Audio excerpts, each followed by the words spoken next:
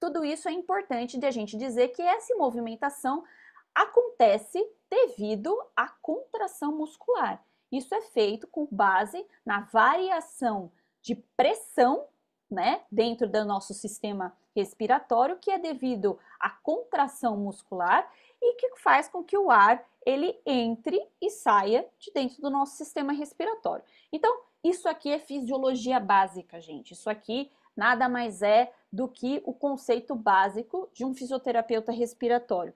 Então, para a gente poder entender é que quando a gente tem essa entrada do ar desde a ponta do nosso nariz até quase que lá na entrada do primeiro alvéolo, a gente pode e determina que isso seja uma área de condução.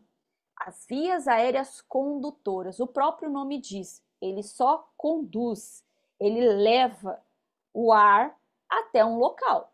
A partir disso, quando a gente já consegue, né, já na verdade tem o encontro das primeiras vias aéreas, né, de troca gasosa, a área, né, que é o nosso alvéolo, é de fato a área respiratória, a área de transição, a área onde a gente tem um tecido elástico que está sendo movimentado ali e de fato é onde acontece o serviço, tudo bem? Então, o ar passa, né, pelas vias aéreas que são, né, as vias aéreas condutoras, ela conduz o ar até chegar lá nos alvéolos, que de fato é onde ocorre a troca gasosa.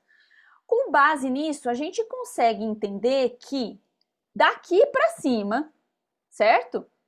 A gente entende que é a entrada e saída do ar. Qualquer alteração dessas estruturas, seja bloqueio, presença de secreção, lesão, edema, broncoespasmo, qualquer alteração dessas estruturas, eu posso entender que isto é um distúrbio obstrutivo, certo? Então, se eu tenho algo que comprometa a via aérea condutora, que nada mais são do que os caninhos, encanamento, se tem um fechamento, uma presença de algum fator ali, isso causa obstrução. Então, a gente chama isso de um distúrbio obstrutivo. A partir de então que na região da troca gasosa de fato, quando a gente fala de perda de volume, onde há um comprometimento na área de elastância, no meu tecido elástico, no meu parênquima, eu posso identificar isso como um distúrbio restritivo. Mas a gente não pode esquecer que também o distúrbio restritivo, ele pode ser também devido a alterações de caixa torácica. Lembrando que o alvéolo ele não está lá só na base inferior do pulmão, ele está em toda, né, distribuído em toda a região de caixa torácica. Então, por algum fator de mecânica de caixa torácica, de sustentação dessa caixa torácica, de um fator extraparenquimatoso, um tumor, alteração de coluna, das estruturas que sustentam esses alvéolos abertos, a gente pode também corresponder isso como um distúrbio restritivo. E há diversos fatores, diversas doenças que vão levar a distúrbios restritivos. Então, basicamente, a gente consegue entender que vias aéreas condutoras, quando há uma lesão, uma alteração, a gente tem um distúrbio obstrutivo.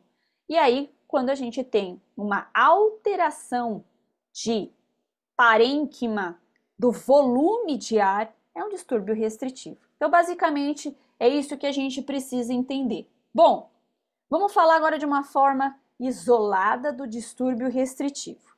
Eu falei para vocês que o distúrbio restritivo, ele tem um componente de restrição, né?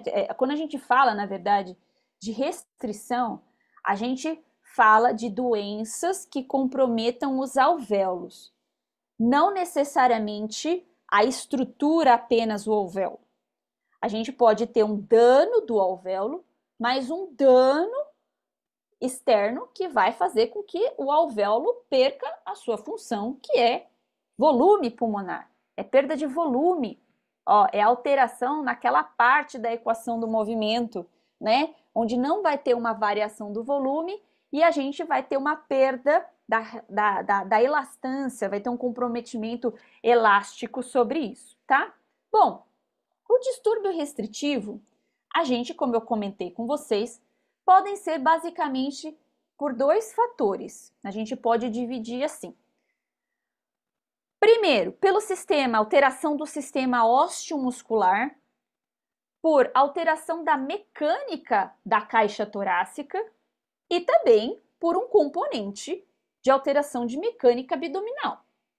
Então, a gente não pode esquecer que o paciente ele não é compartimentado, ele é uma estrutura e qualquer variação, seja na casinha do pulmão, seja nas articulações do pulmão, seja na base de sustentação do pulmão, isso pode levar a um distúrbio restritivo, que faz com que os meus alvéolos percam o volume, certo?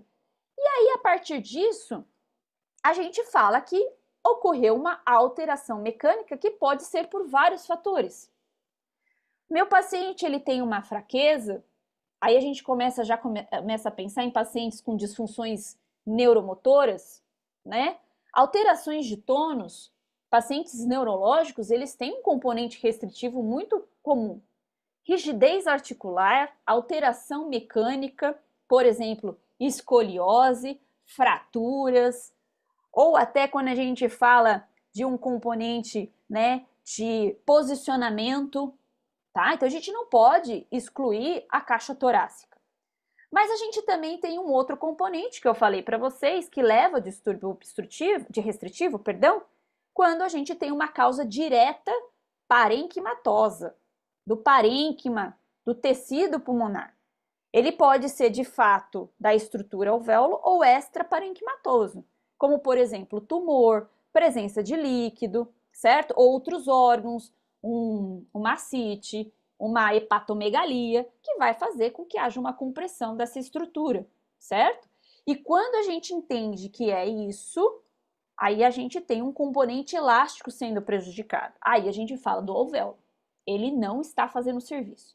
Etienne, como é que eu descubro quem é um e quem é o outro? Avaliando.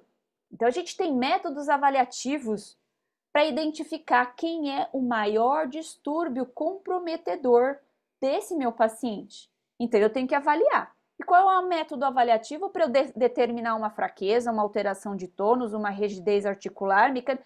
Há diversos componentes de avaliação.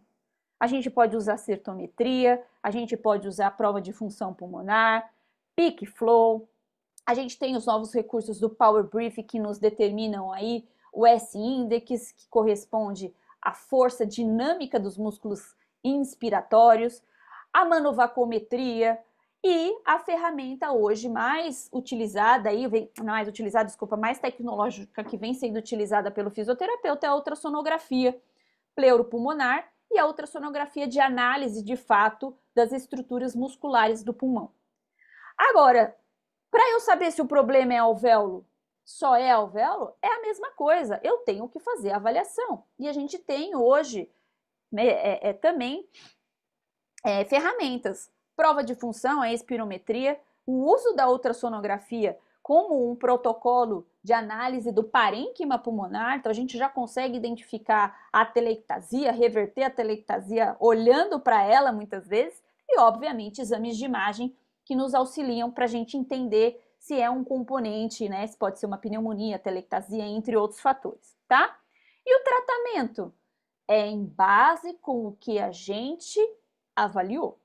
Se eu identifiquei o distúrbio restritivo ósseo-muscular e vi fraqueza e eu avaliei, eu sei qual é o tipo de tratamento que eu vou fazer. Qual é o tipo de tratamento? Tem diversos, né? Tem o treinamento muscular inspiratório e expiratório com diferentes recursos, treinamento de core abdominal, fazer exercício de fato, voltar às raízes da fisioterapia, tá? Não é porque somos fisioterapeutas respiratórios que a gente também não faz exercício físico, mobilização torácica, alongamento, fortalecimento dessas estruturas.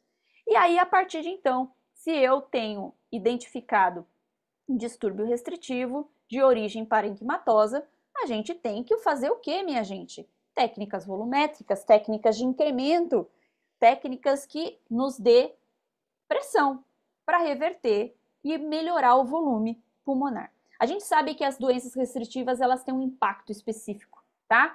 Elas têm restrição da capacidade pulmonar, a gente sabe das alterações da mecânica respiratória, são pacientes que eles têm um componente muito evidente de alteração de troca gasosa, já que a gente está falando de que perdeu volume, quando a gente perde volume, a gente tem alteração do componente de oxigenação, tá? Então tem um sinal clínico muito clássico nos pacientes restritivos, que é a mudança da oxigenação.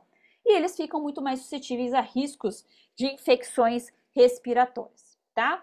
Os principais distúrbios restritivos na infância, a gente sabe bem, as doenças neuromusculares, né, que são muito comuns, as doenças neurológicas, progressivas ou não progressivas, né, e as doenças de parênquima, como as pneumonias, atelectasias, e os fatores de mecânica de caixa torácica, como, por exemplo, a escoliose, que faz uma alteração da curvatura.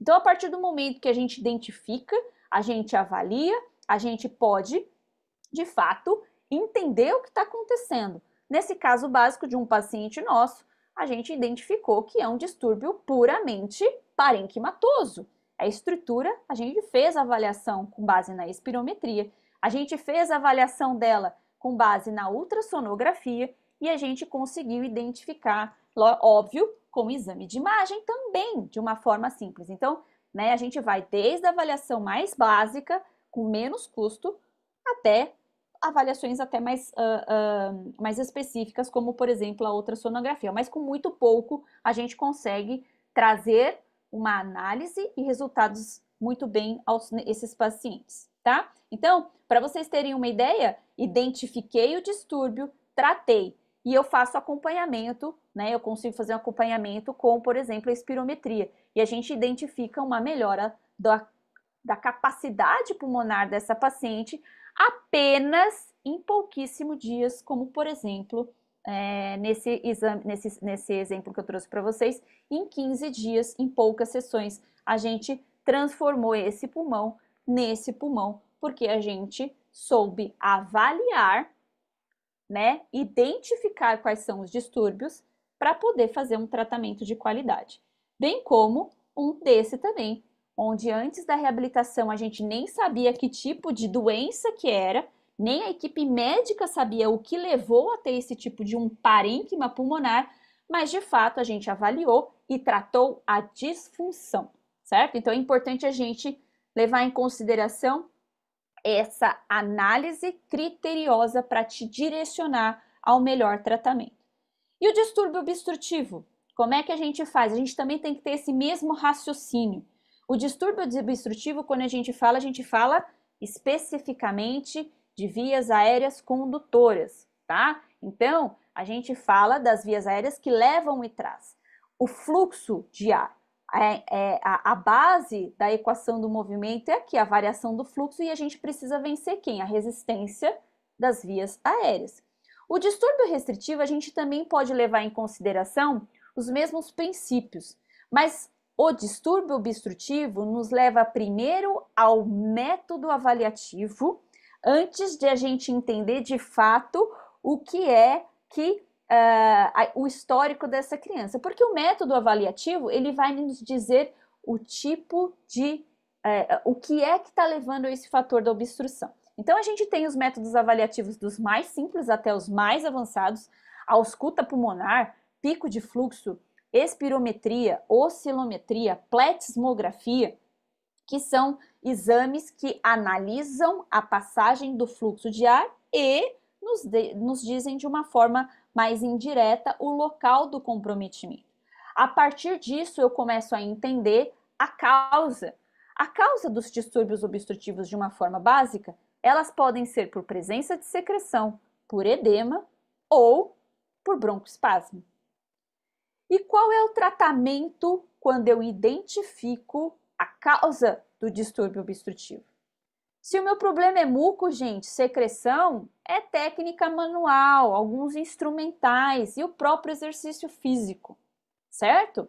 Mãozinha, alguns instrumentos, e quando a gente fala de criança, às vezes apenas a mobilização de secreção com técnicas manuais já resolve muito bem. Mas muitas vezes a gente precisa de alguns recursos e o próprio exercício físico.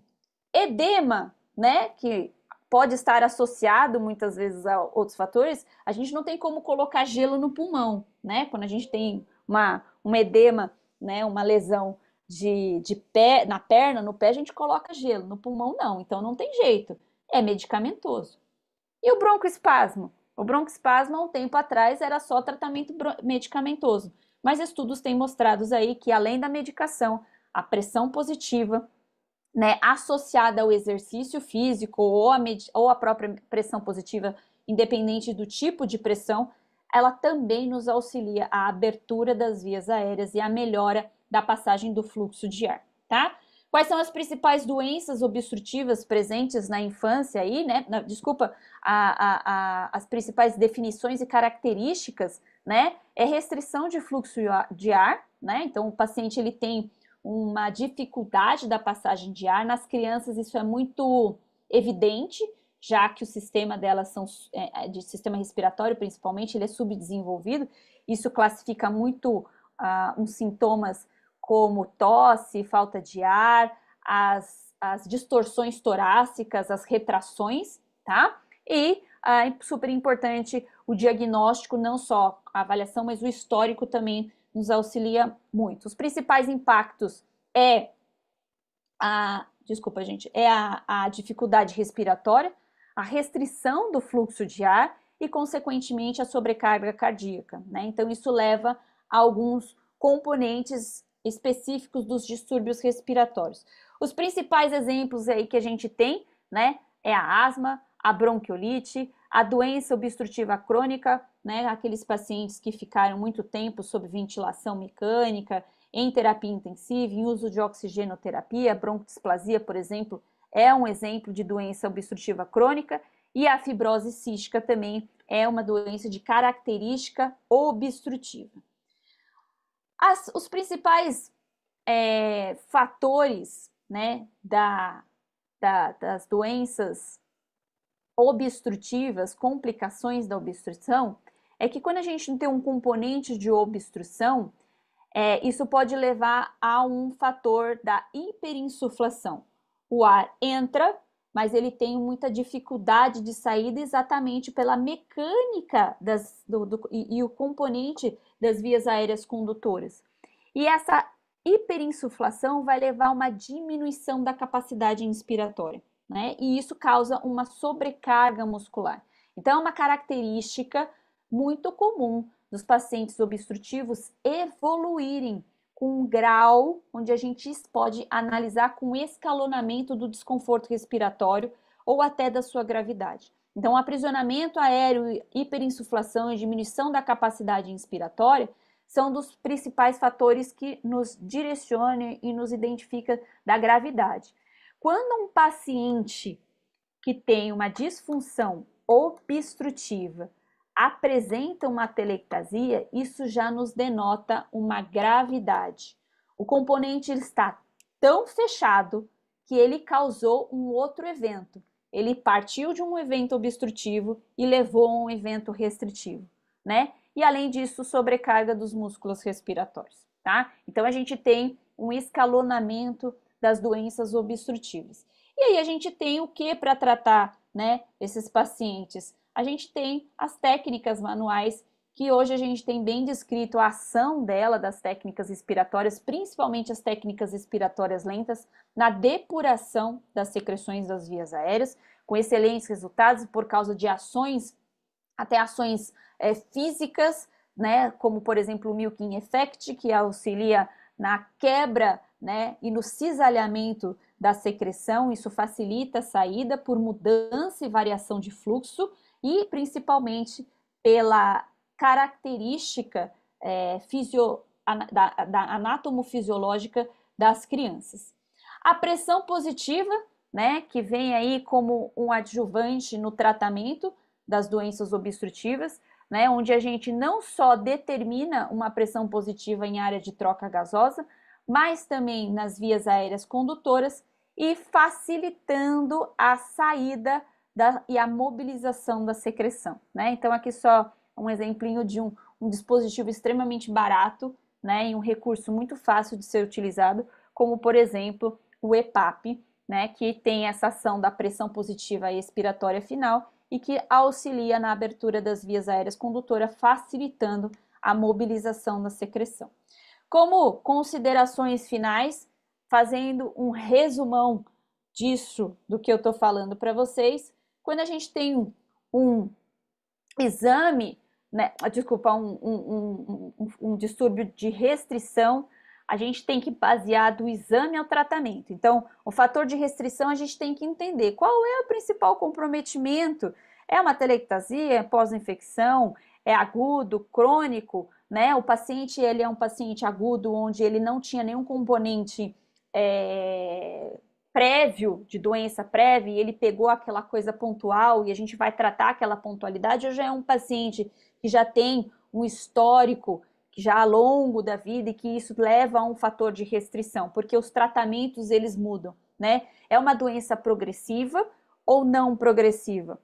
Essa restrição é devido à alteração parenquimatosa ou extraparenquimatosa ou mecânica, como por exemplo fraqueza muscular, né? E aí a gente tem que pensar que se a gente está falando de restrição, a gente tem que pensar em recrutabilidade, retomar o volume, ganhar novamente o que foi perdido. E muitas vezes isso foi perdido por fraqueza muscular.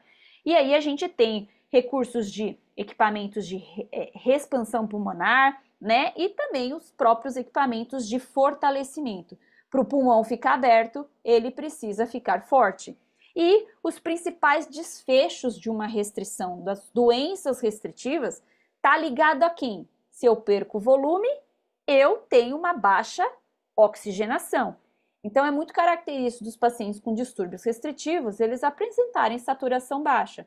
E outros componentes, outros desfechos que nos determinam, né, os fatores de restrição é o volume corrente, capacidade inspiratória, capacidade vital forçado, pico de fluxo de tosse e os desfechos que estão relacionados à força muscular, tá?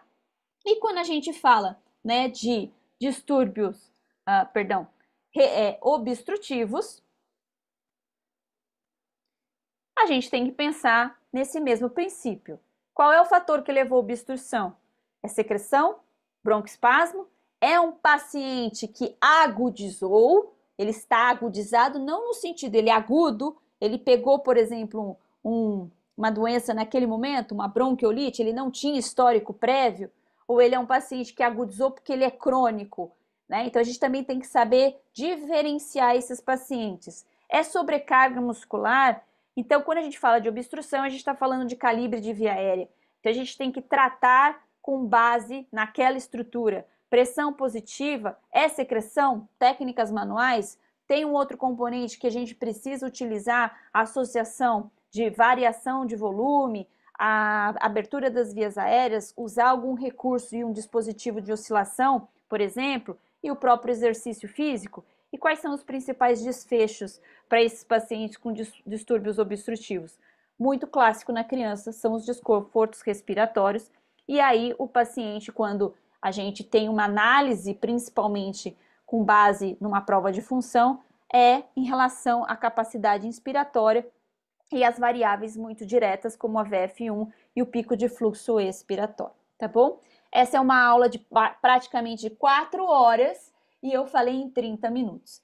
Isso tudo com base, né? Não é à toa que a gente fala do nosso pulmão seco e aberto. Tá aí, os conceitos fisiológicos levados a uma frase, tá bom? Eu agradeço mais uma vez a participação desse evento maravilhoso, que eu amo do fundo do meu coração, o pessoal do Instituto Beta. Mais uma vez eu quero convidar vocês, para quem chegou depois, a conhecer a nossa nova pós-graduação de fisioterapia cardiorrespiratória na saúde da criança e do adolescente.